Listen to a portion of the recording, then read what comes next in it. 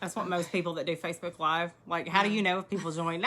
Well, it'll tell you up here, and then it's going to log down there. It's going to tell you when people are joining. So, it just notified me that you went live.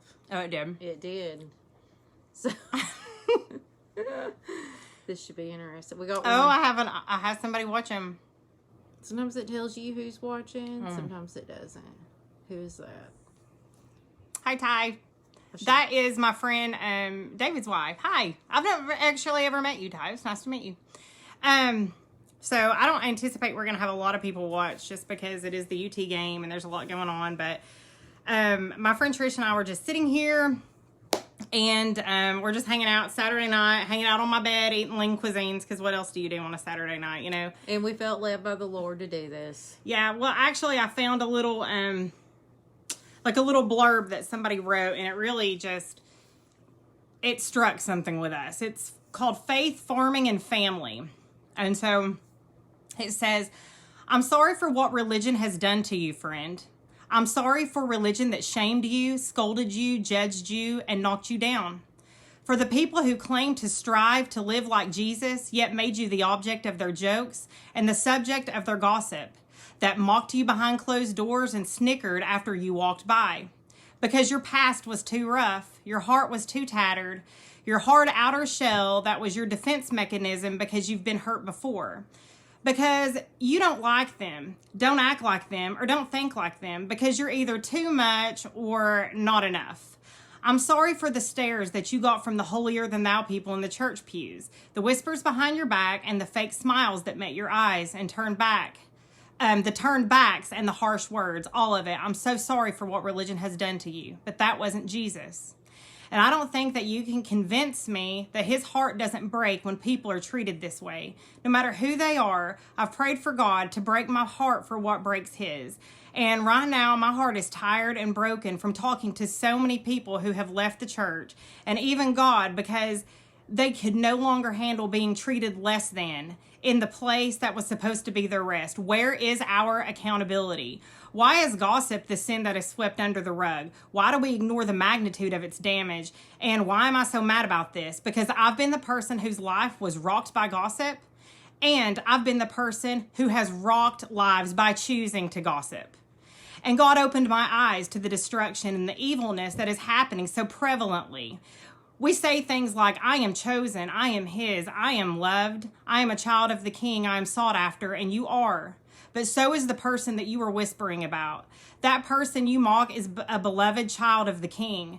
That person you whisper about is chosen and loved by God. I can't stand by and not use my voice to sound the alarm of the slippery slope the church is on. Too many people have walked away, souls that matter, people who are loved and cherished. And maybe I won't change a single mind, but it's too important not to try.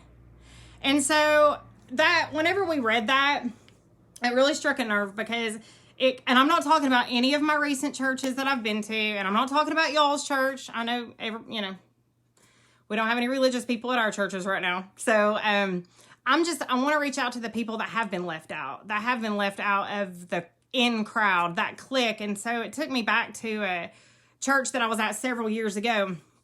And there was like an in crowd group. There was a group of women, and they were the in crowd. They were the people that you wanted to hang out with. And I couldn't ever fit in with them.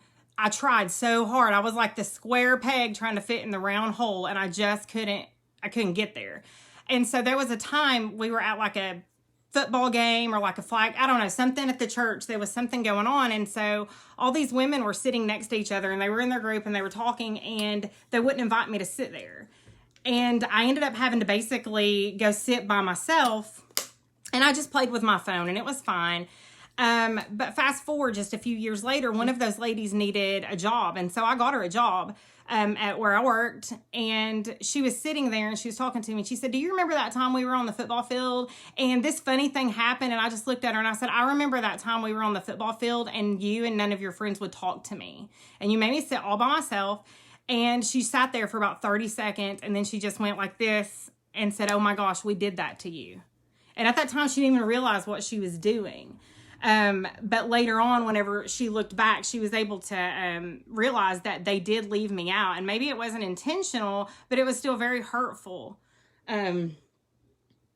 Happens all the time. It even happens to the kids. I mean, when my kids go to youth group, I'm always telling them, talk to the kid nobody's talking to. Be friendly. And they're usually ones walking in and they don't know anybody. And, you know, I always express to them how important it is to talk to every kid and not leave a kid out. And, you know, we all complain about how old the kids are these days and what they're doing and what they're doing wrong and how things were so different when we were younger. But we got to take some accountability because we're the one raising these kids. And, you know, when kids come into youth, like the leaders of the youth, the people in the church need to be encouraging these children to invite these kids in because the kids are only going to act like what they see. So if we're projecting that out there, then the kids are going to act like that. And I just see it so much. I've had my kids come home crying. I've seen new kids walk in and they look so scared. And that's such a shame. They're going to church and they're scared. They're scared of rejection. And I think in my adult life, like most of the rejection and the pain that I have felt has come from Christians, has come from other women of the Lord, has come from churches. And so I just think that so often, like we go to churches and they have their clique, and it's so fun when you're in the in crowd. And so I'm not talking to the people that are in the in crowd. I'm talking to the people that are on the outskirts, and we see this circle and it's being formed. Well, when the circle is formed, you can't penetrate the circle. You can't go to a new church and just penetrate that circle. It's really hard to get in. So I would just suggest that we form a U. So that way, whenever you do go to a new church or you are involved in church, that you can participate, that you can get in there. There are some quotes that we were discussing, and I might misquote some of these, but they were one of the number one reasons atheists are created is because of Christians and their behavior. Christians are the only one who will kill their wounded on the battlefield. We will literally eat each other alive. Yep. And so it's really sad to think about that, and just to think that, of course, I go to church. I've been raised in church my whole life, but I've seen it happen time and time again. And why are we so harsh on people on their bad days? Like, we talked about this too. Like, instead of judging somebody by their reaction to somebody else's action, like, ask them why. Why are you so upset? Did something happen this morning that I'm not aware of? Maybe something happened at their house before they left. Maybe they got in a little fight with their husband and they came in and they were upset about it, and they know everything's going to be fine when they get home, but they come into work and then, you know, things lead from there. And then before you know it, somebody's upset about something small, but nobody took the time to say, hey, are you okay?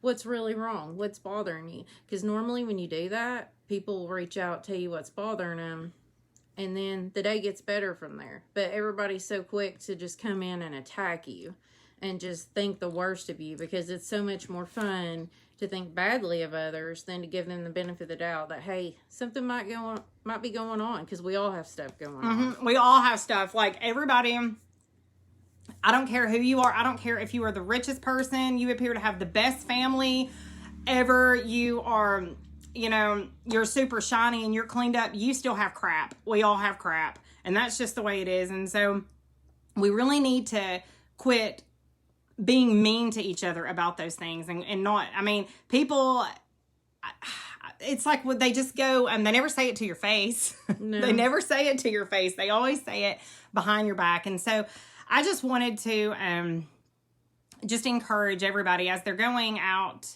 to church tomorrow, that you just be aware. Are you in that in crowd? Are you in that circle that's really hard to penetrate? Are you leaving somebody out? Or is there somebody over there that, you know, might be hurting and they look okay and you just don't, you know, it's easy just not to talk to them. It's easy just to say good morning and walk on. But, you know, to really just pray and ask God to show you who really needs to be loved. Because that's the ones we need to be loving.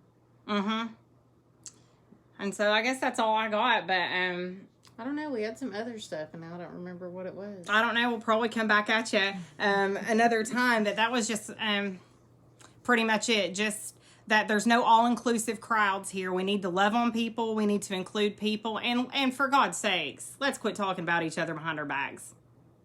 And if there's any atheists out there, like, reach out to us, message us, tell us your story. Like, yeah, we're I kind would of like curious, to hear that. like, what brought you to that? Like, not to judge you. Yeah, not to judge you or even try to convert you. Just to know, like, did Christians ever play a role in harming you or hurting you?